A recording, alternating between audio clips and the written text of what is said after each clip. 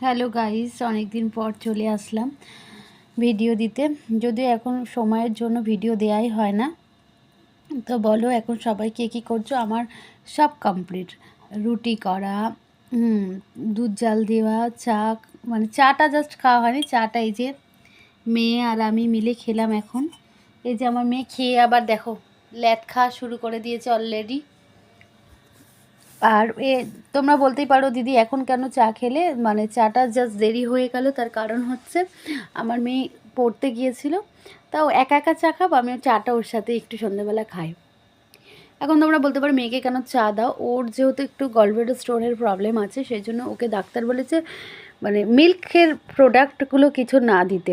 ওকে আগে বনবিটা দিতাম, তারপরে সন্ধ্যেবেলা দুধ দিতাম, সেগুলো টোটালি অফ।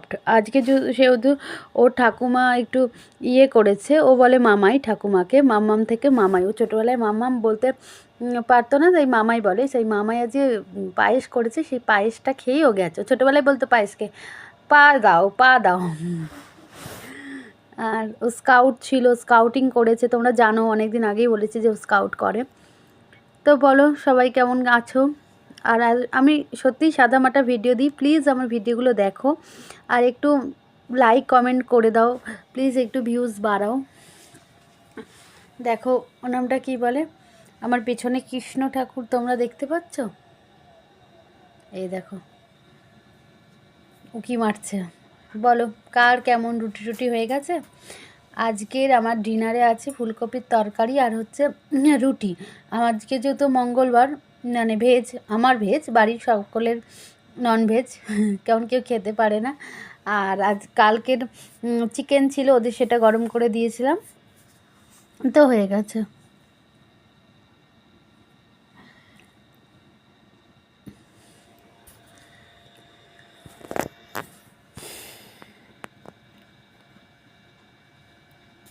কার কি এই রাত্রিরে রান্না হলো বলো?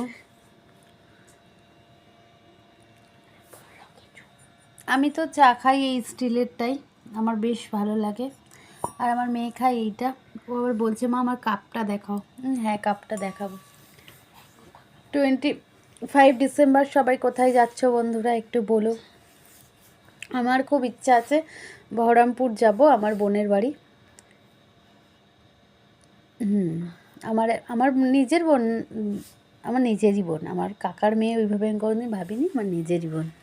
তো চলো কথা বলতে বলতে হয়ে গেল আমার এই শর্ট ভিডিওগুলো। প্লিজ